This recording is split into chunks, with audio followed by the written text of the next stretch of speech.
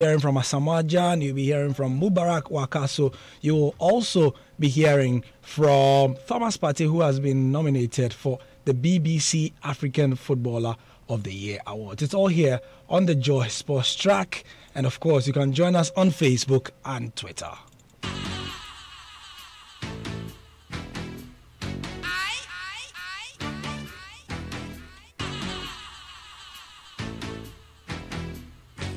Joy 99.7 FM.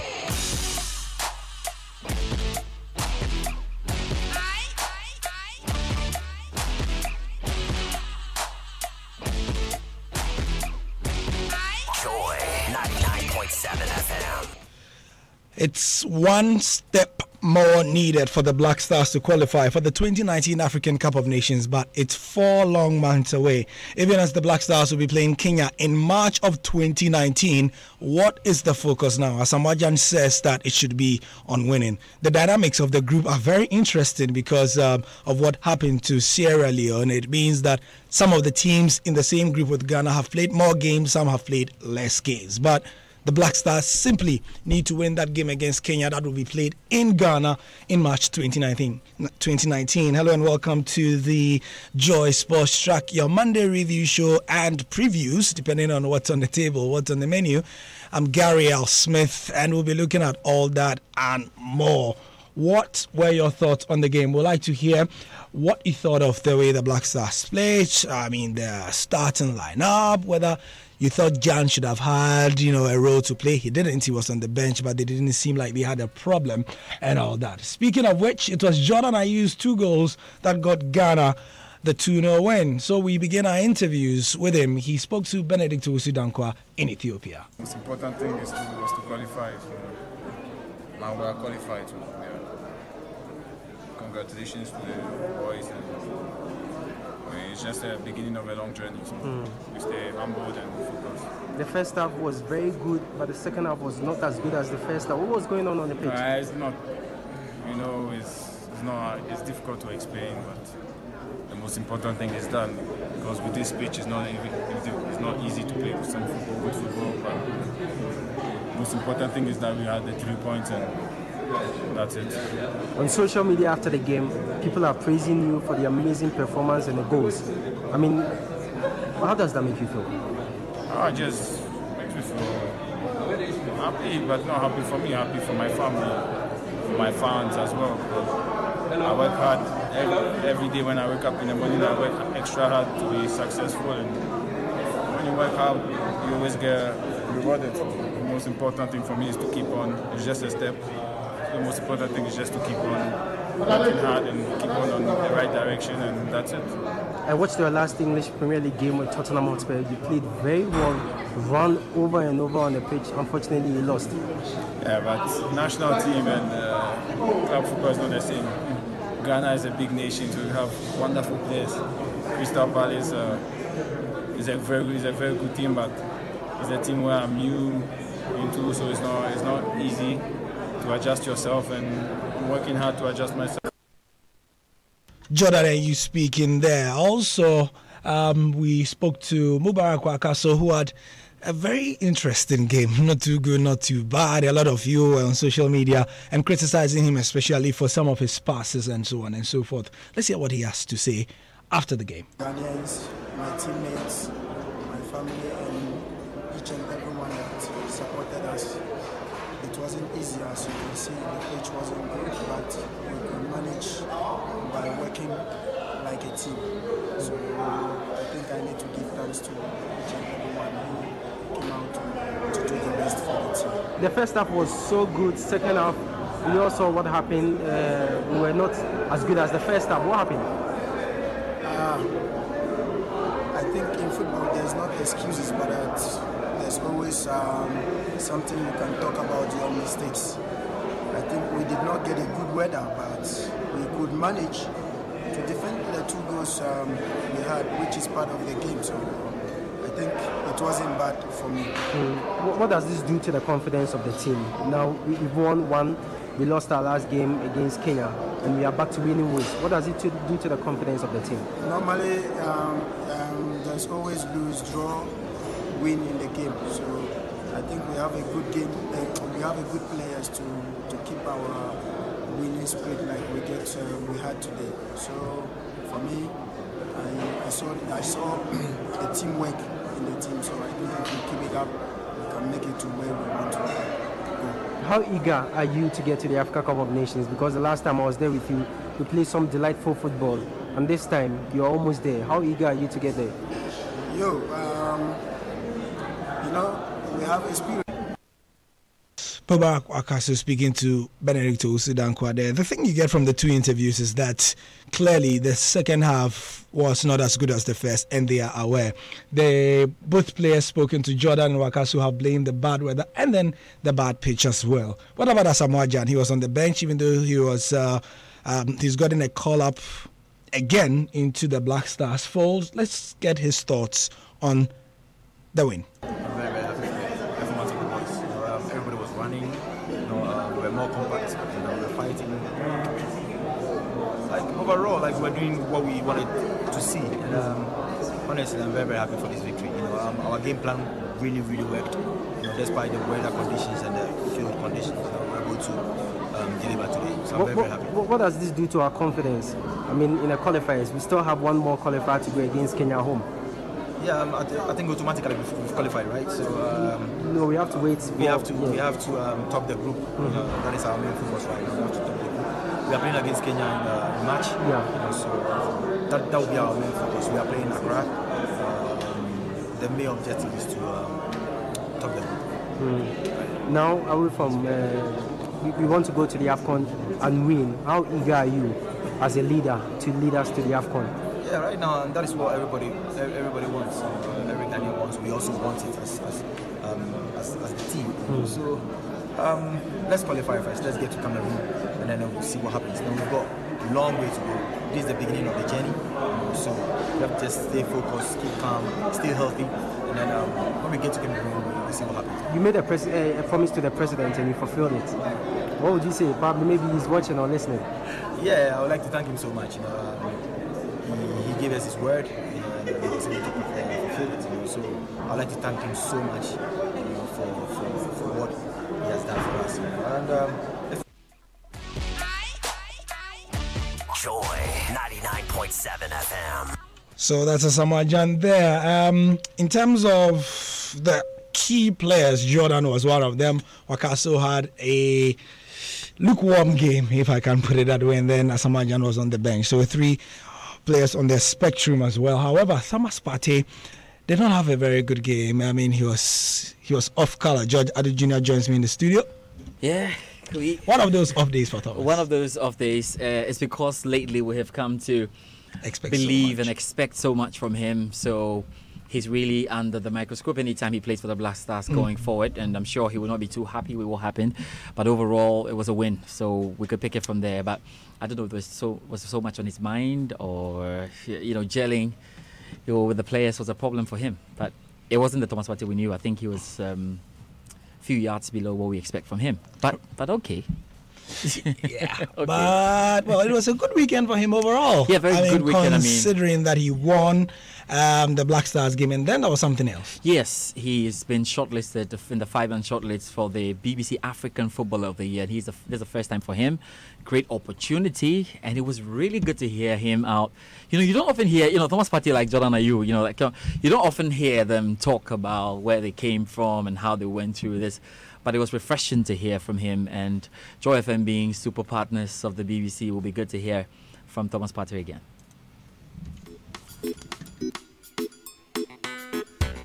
I'm Thomas Partey, a player of Atletico Madrid and the Ghana national team. I think it's a dream come true because it's not easy for a guy like me to come from a background that we have nothing to be at this level. Thomas Partey was once like us, and then he also started here, and then what I could remember about him was his long passes is one of the best. I love his confidence on the ball. He doesn't rush, he doesn't panic on the ball. And I want to be like him, I started in a small village where my father was like the team manager. He did a lot of sacrifices that he never told me about that. It was him selling his stuff to try to get me that new boot. From that age, I was looking up to like Michael Essien. Every upcoming footballer look up to him, and I try to be like a stopper using the intelligence of Michael Essien, and also attacking. I use the strength of Yaya Toure. Scoring goals allow yourself to be seen in the world, because now football is all about goals. Anytime you score, you feel confident and you have more confidence to keep playing more. It was a great season because we were second in the league and we won the Europa Cup, then we won against Madrid in the Super Cup. I'm Thomas Partey, a player of Atletico Madrid and the Ghana national team. Please vote for me for BBC African Footballer of the Year. Thomas Partey, the youngest of our contenders at 25. He's already won the Europa League and the European Super Cup in 2018. He says he looks up to Michael Essien. Is the Ghanaian another future captain for the Black Stars? Peter, I'm going to come to you. The last on our short list, do you think he deserves to be on it? 100%. Actually, if we are to change the way we look at things, you know, perspective, he should actually win it, because I think he's an exceptional midfielder. He can pass short passes, long passes. He's so hungry for a goal. And in his interview, he mentioned that it's all about goals. And then he overtakes like 2 players to go and score a goal. It shows his desire. And, you know, he mentioned the Essien, yes. Watching Essien when he was young. Yeah. He was watching the finishes of Yaya Toure. Yeah. So we're here talking about inspiration. Sarah mentioned Mohamed Salah, inspiring so many people even outside of football. And then he just backs it up by saying how inspired he got by Yaya Toure and Essien. And now he's himself has captained the team, and he's an inspiration. Do you not think it's come maybe too soon for him, this set? We'll see who will be the winner for this year. Thank you very much.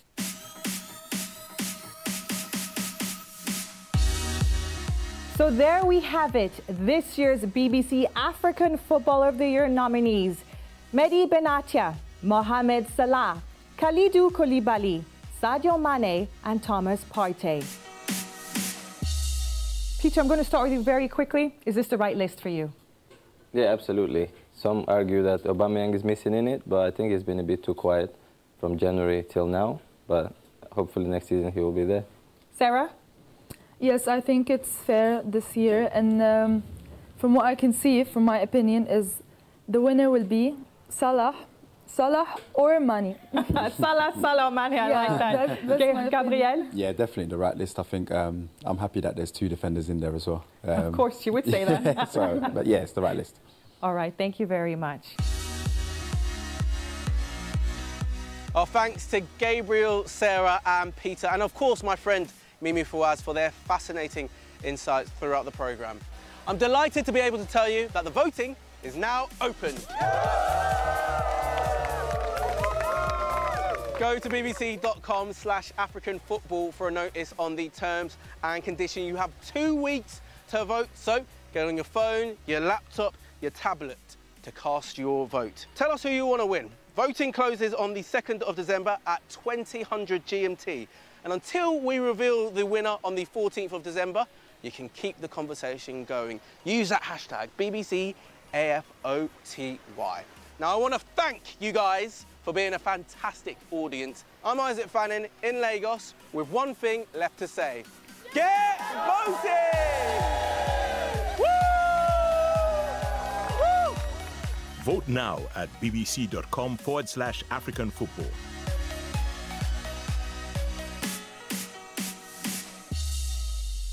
Joy 99.7 FM. Of course, we are the official partner station of the BBC, so lots of the stuff will be going, stuff you'll be hearing from here as well. In the 2 weeks leading up to the, thingy. Final announcement. We got some interesting guys on there. Sadio Mane, yes. Mohamed Salah. You have a problem with Mehdi Benatia on it. I don't know, but I think, there's a long list. You've got Thomas Partey as well on this. So this is going to be very difficult because Mohamed Salah is... Partey is the last Ghanaian to be on since Andre Ayew.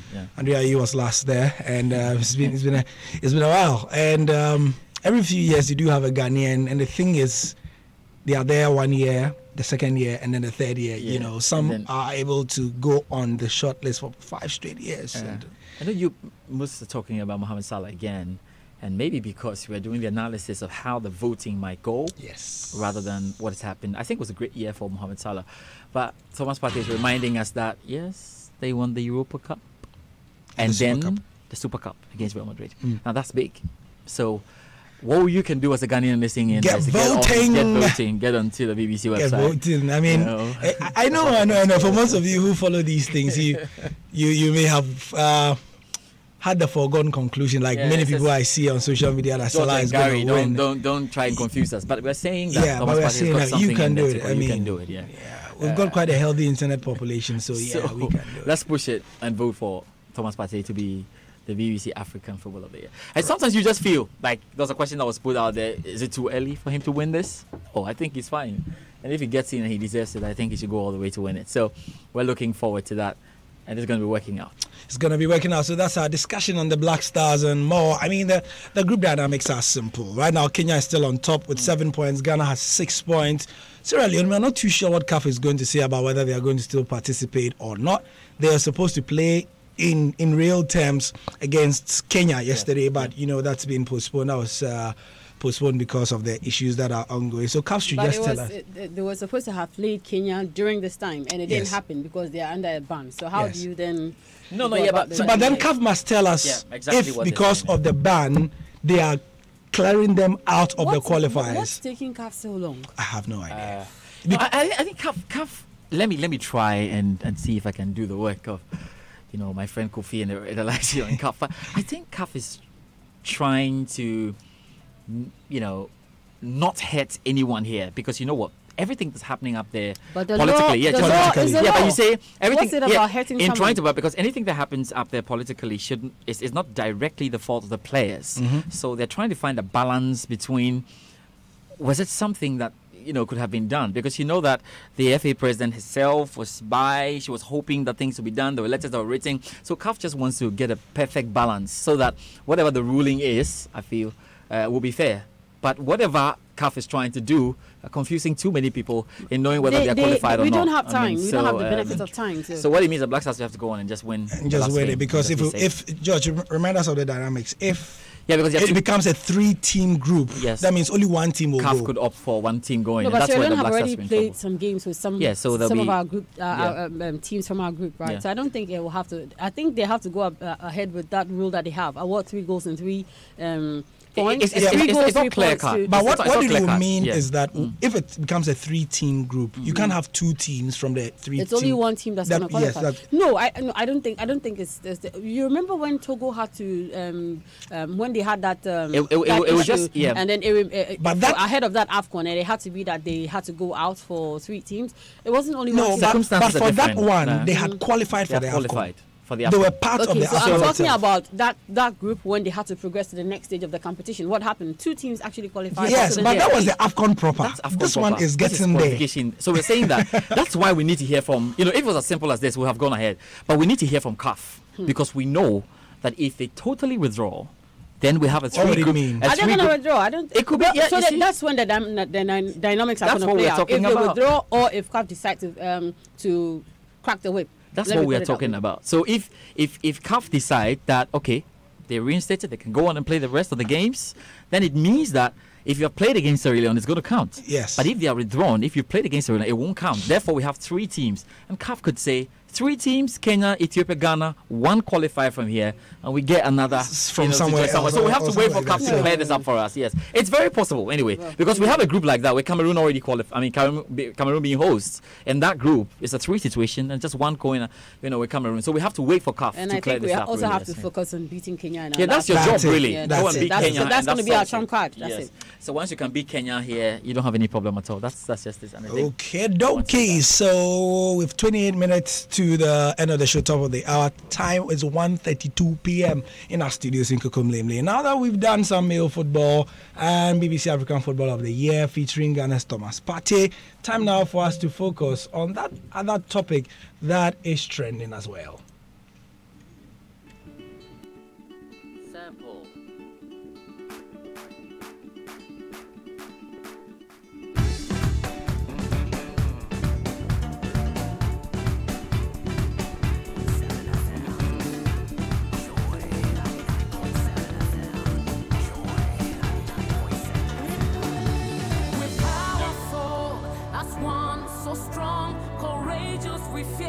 and yes, we can.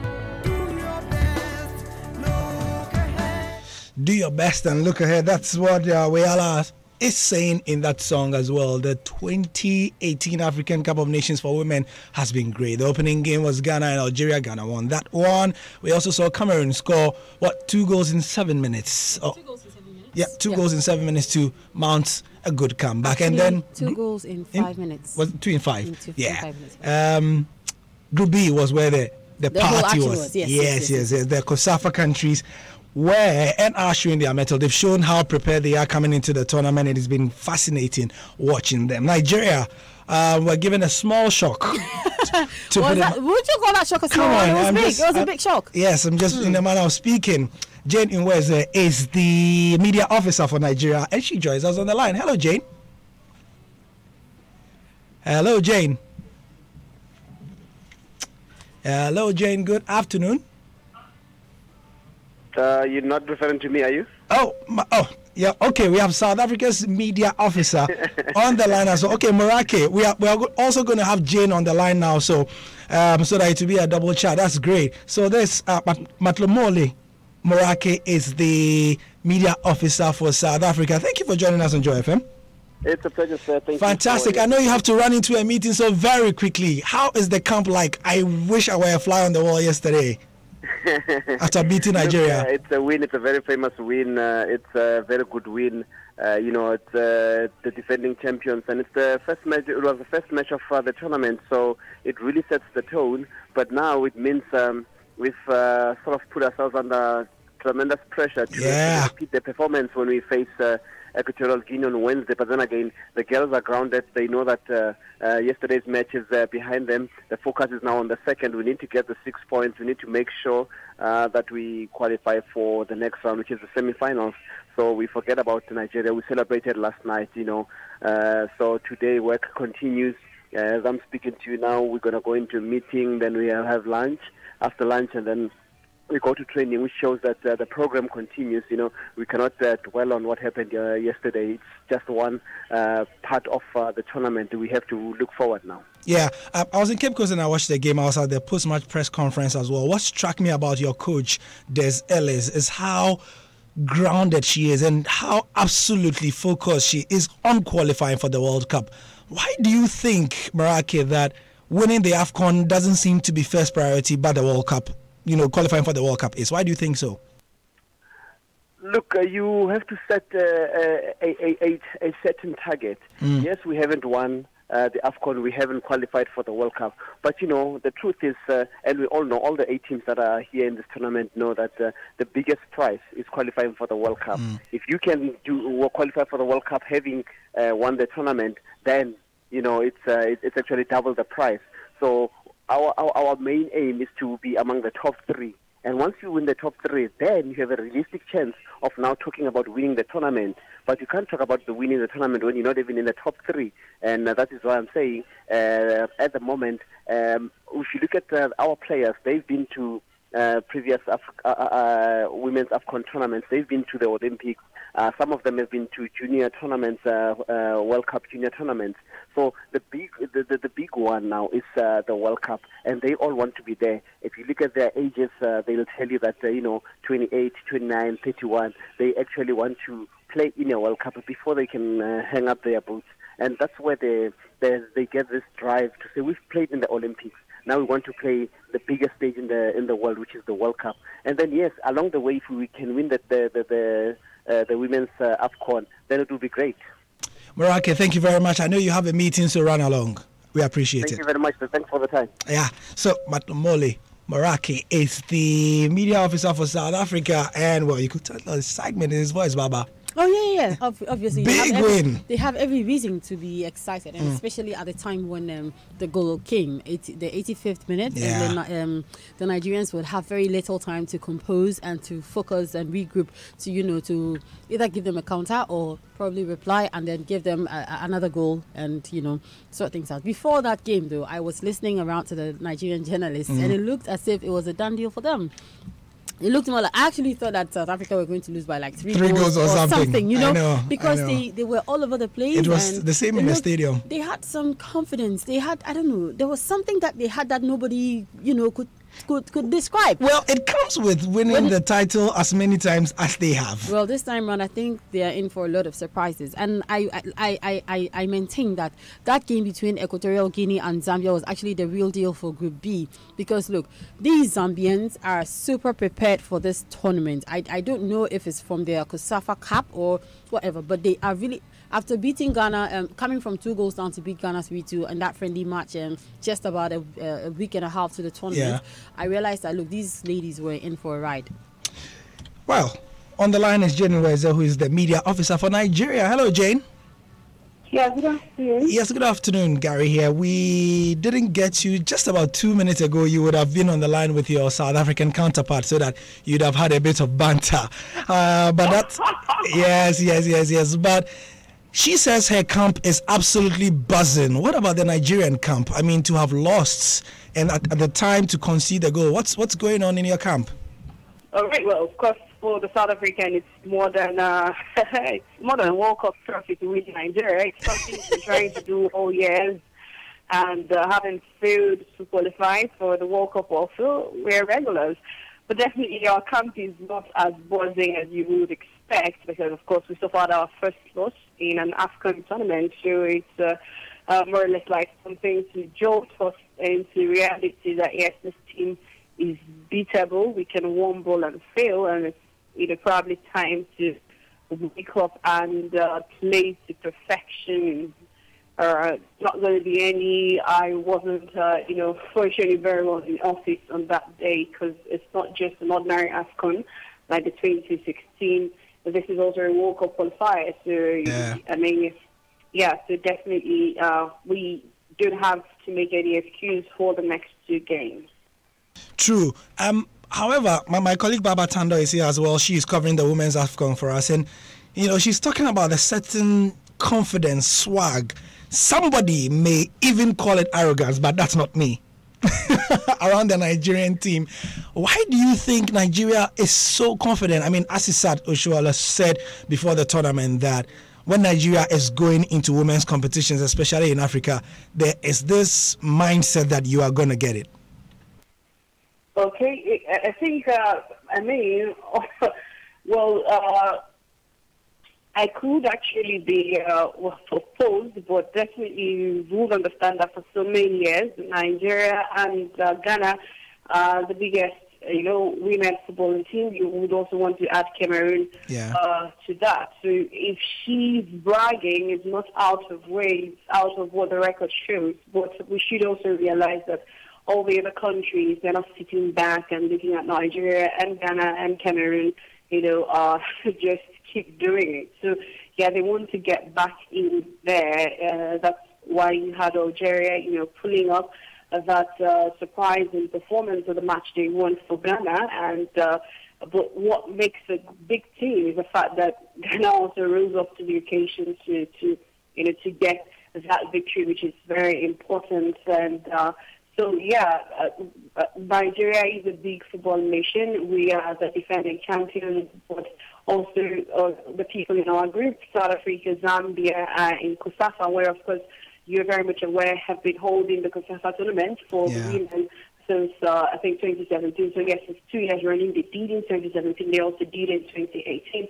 And you could say that's also what is paying off for them. That's why you have, the team having some level of performance in the tournament. I mean, but looking at the game yesterday, it wasn't totally like South Africa played Nigeria, but we just have to work a bit on ourselves, and we definitely do that. And I'm also somehow confident that Zambia would not probably catch us napping in the second game. Speak of Zambia, Rachel Kundanaji, who was the women's player of the match. She was the woman of the match in their game as they routed Equatorial Guinea. You heard what she said at their press conference. Let me ask you first before I tell you.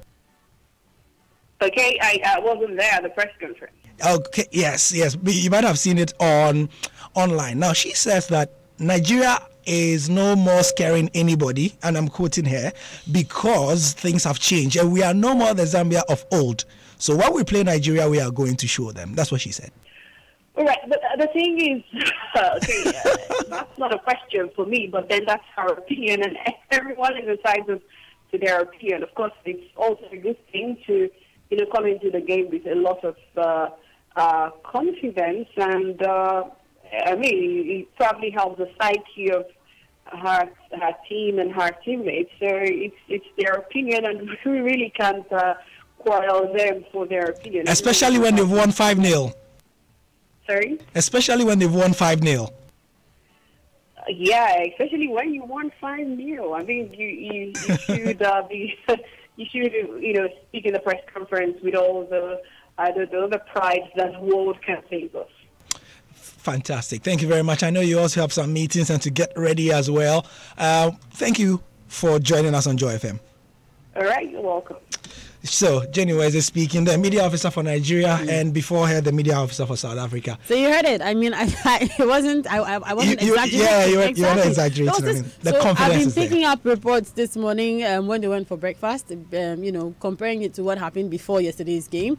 Before yesterday's game, I mean, they were all over the players. I mean, they were all over the place. I mean, in a very gay, happy mood and all of that. And I picked up this morning that, well, it was more of a very somber mood. They were very, very sober. And, just walk in, get their food. Those who could eat would eat. Those who couldn't would just be there for being there sick and then just go back to their rooms. They were not talking too much, and I'm like, yeah, the game has improved. Everybody knows how to play. But you know what? You want to talk about that Equatorial Guinea and Zambia game. And I mean, Zambia are solid, really ready for this particular tournament. But you also want to talk about Equatorial Guinea and, again, call CAF in here. The tussle between either Kenya or Equatorial Guinea, playing in the tournament and all of that. Kenya went ahead to prepare. And then my problem with Equatorial Guinea is, I mean, yes, CAF may have been doing they may be going through all of their problems. But why go and appeal that case if you were not going to prepare? Yeah. Do you understand? Once you go for the appeal, or once you appeal that case, you should be preparing on the side. Because you don't know how the verdict is going to go. You get my point? Yeah, I do. But you go and appeal, and then you go appeal the case, and then you don't prepare. And you could see from how they played yesterday that they didn't have any preparation prior to this tournament. It was so obvious, and I mean, it wasn't like I keep saying, Zambia are very strong. They have actually gone through the mill and have actually put themselves up ready for this tournament. But this is not the Equatorial Guinea who have won the women's AFCON on two occasions.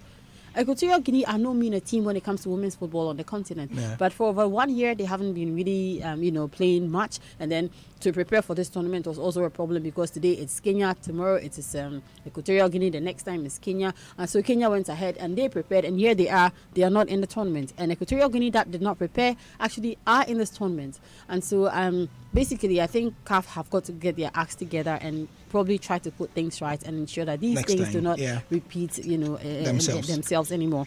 And I think that for now, Group B is all about Zambia and South Africa. I won't be surprised if Nigeria do not qualify to the next stage of the competition. I'm getting that vibe as well, increasingly. It's too much. I think Nigeria and Equatorial Guinea may just not make it to the next stage of the competition. And I was at the press conference this morning. For Ghana. For Ghana, Mali, I was going to ask Algeria. You because I hear Bashiru Hayford made references to Awudome Cemetery. What was that about? Charlie. This is what happened. Ghana was supposed to be at the press conference at 10:30. Yes. That was the official time communicated by CAF. I got there at 10:30 and Cameroon had finished their press conference, and so Ghana were next. Cameroon had theirs at 10 to 10:25. Ghana had to do it at 10:30. And it's worth pointing out that everybody has been on time so far. Everything has been yeah. So 10:40 Ghana, Team Ghana wasn't coming. 10:45 Team Ghana wasn't coming. And then I was tempted to call somebody within the team. And then I made that call, and the person said, the coach said he thought that it was at 12:30. I'm like, how does this happen? And where does this happen? He said, because he got a call from somebody and the person said things had changed. And I'm like, look, stop telling me this. CAF communicate time and everything for everybody through email, through your media officer and everything. So your media officer will have. Media officer in this case is Evelyn Insiansari. She will have the information, and so if she hasn't come to tell you that look, CAF has changed the time from 10:30 to 12:30, you don't have any excuse. So basically, we're late. So we were late. They got there around 11:20 something. So what happened was that the Malians came. Mali was supposed to be after Ghana, but the Malians came ahead of time, and so we spoke to them. And then the coach said, "Okay, you've got to wait for Algeria to also finish, and then you take your turn." And so when Bashir Hayford and Priscilla Ochoa sat down, the CAF official who was coordinating the press conference did not mince words. He gave it to them hard. He gave it to Bashir Hayford hard. And I mean, when I say hard, he did it really hard. And so Bashir Hayford was actually destabilized from that moment. You know, from that moment, you know, before the press also started asking him, you know, very difficult questions, I would say. Not really difficult questions, obvious questions. So you ask Bashir Hayford a question like, how was stadium attendance for you, and how important is, you know, will the fans or will support be to your next game against Mali? Then he goes like, well, we all know that there can be football without spectatorship, and it's the reason why you can't have Awudome 11 playing against me or 7 Cemetery 11. In other words, you can't have 2 sets of ghost players playing. Obviously there won't be any, and we were like, look, you do not have to give us this demeanor. It wasn't our fault that you were late for the press conference. So I mean, go ahead and answer your questions as nicely as you can. And then I went ahead to ask him about, you know, their striking problems and if he had fixed them and all of that. And he's like, well, this is the most the commonest question anybody can ask me. Everybody who meets me will ask me this question, and blah blah blah blah blah blah. I said, okay, it's okay, we understand. I mean, you're not too cool because of the reception you got from the CAF official, but next time, like he said, just be on time because it is not acceptable. So that was the way Bashir Hayford. I mean, I've got all the sounds. You're going to be hearing them. Very interesting responses to very important questions that were asked him. And it was more like he was at war with the journalists. But as always. Okay. I mean, for how long? And you see, he doesn't know this. This is some small concern I'm doing. A lot of the players are not happy with him. And on Saturday, watching from the media stands, Gary, you could see his action towards the players. You wouldn't hear what he was saying to them. Okay, so I'm not cutting you. Now, you weren't at our morning meeting because you were going to the press conference. Now, where's George? Let's bring you into what our morning meetings are like. And let me tell you what George and I and the rest of the guys were talking about. What happened? So we're speaking about the Black Queens and what to plan for the show. And we're looking at the merits of talking about the Black Queens and all that. And we were saying that it was quite clear from the stance that Bashir Hayford was not happy with the girls, but we the journalists were not happy with the way he was communicating to the Queens. Thank you. Because if you've been around women's football, you know that women are handled differently from men. But even if that way, men are also players. I mean, you can't. It's just like walking into JoyFM and having your boss scream at you and talk to you in a derogatory manner and disrespect you and all of that. And we could tell that from the stands, George. I mean, you remember we were talking about this morning. Yeah, clearly. And we're saying that with women, you know, the thinking and what affects them on the pitch will be very different from what affects the guys on the pitch. Especially when they are hosting. It still doesn't give you any. So what we are saying is that you even need to be extra careful when you are dealing with women. That's the point we're making. Female players, Because I had the chat with a South African coach, and she said a number of things that made me feel, oh yes. You may feel that you were a male coach. You may feel that you were a male coach who's achieved everything, but dealing with women is a different ball game, and you have to take it easy with them because already having to play for you, they've had to sacrifice a lot of things. They've sacrificed a whole lot of things. So you must just understand that at the same time have a perfect balance between getting them do the right thing and taking it easy on the ladies. That's very important because some of them were even reacting on the pitch. And and we're talking about the water break this morning, George and I, and those of us who were at the stadium. At the water break, you remember what happened when Algeria went for water and we also went for water? Bash was not happy because at that point we were wasting chances, to be honest. And the way he called the ladies. So you know what happened? I spoke to about 4 of them after the game on Saturday, and they said, look, number 1, we don't like how coach talks to us. Number 2, he interrupts our play too frequently. You give us an instruction, allow us to go by the instruction you've given us, but we're going by it, and then you call us to disrupt our play, and that gives us loss of focus. And I think it's true because I saw it from the stands. Yeah. I mean, the whole communication thing, and I don't think this goes to Bashir Hayford alone. It goes to a lot of our local coaches. Yeah. I mean, you go to watch Premier League games involving even men, and you see how the coaches communicate to these players, and it's more like it's for me, it's very disrespectful, and I wouldn't take that if my son, if my boyfriend, if my husband, if my brother was on the pitch and he was being communicated to like that. For crying out loud, that's the work he does. That's what puts food on his table. So you can't come and disrespect him. And this is also for the ladies. You can't talk to somebody just like that because the person is working for you. It doesn't work like that. Communication is two-way. You speak for me to understand, I speak for you to understand, and then we go ahead and arrive at one common result that you want. So Bashir Hayford has to be careful. If players decide to sabotage you, it won't be too good. The point is, but I pray we don't get there. Yeah, I don't think we won't get there. We won't get there. I pray so. We won't get there because the Queens understand that there's an opportunity to go for them to go to and that's the only motivation they have. And that's why they have to keep pushing. You know, you can listen to the coach, but you have to keep pushing. That's what the job is. The next assignment is win against Mali. Do that.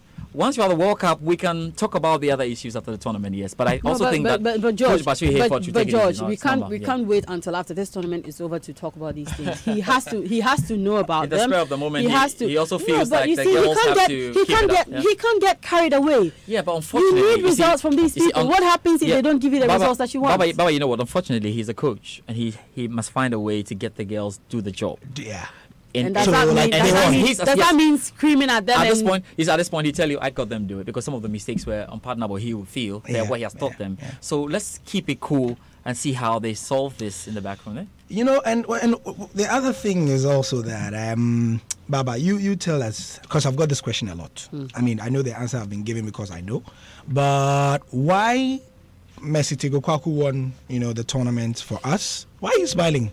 I'm just passing on. It's just a logical question because she became what was the record she set again? She became the first woman coach to win a major trophy in our history. So after that, everybody thought, well, then it means that she should lead the team into the Women's AFCON.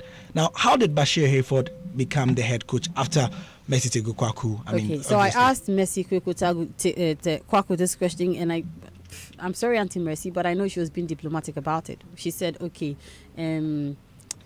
after the WAFU, we knew we were going to have to prepare for this AFCON. And the big people, I don't know who these big people were, but they approached her and said, okay, are you comfortable leading the team to the women's AFCON? Do you need any support? What kind of support would you need? Which is logical. And she said, oh, okay, yes, I'll need support. I'll need an experienced coach to, help. So she asked for it. So she asked for it. Yes. Diplomatically, yes. See, when we come on the show, we don't do diplomacy here. Challenge the thing there, you talk up. All right, so that's the diplomatic answer you got. Yes. You from your checks. Well, from my checks. They say JoyFM, we like intercepting documents. So what did you? I haven't intercepted any documents. What information did you intercept? So, judging from little conversations I had with people, I mean, they felt, and when I say they, I'm sure you know who I'm talking about. Authority, yeah. Yes, they felt that Mercy wasn't experienced enough. She didn't have the temperament. She didn't have temperament. She didn't have whatever it takes to lead. This is the women's AFCON, is a different ball game. It's not the WAFU tournament, which is quite a smaller competition compared to the women's AFCON. And so she didn't have the pedigree to take to lead the women onto victory, because we want to host, not just host, but host and win. And they thought that Bashir Hayford was the person to lead us to the promised land. Gary?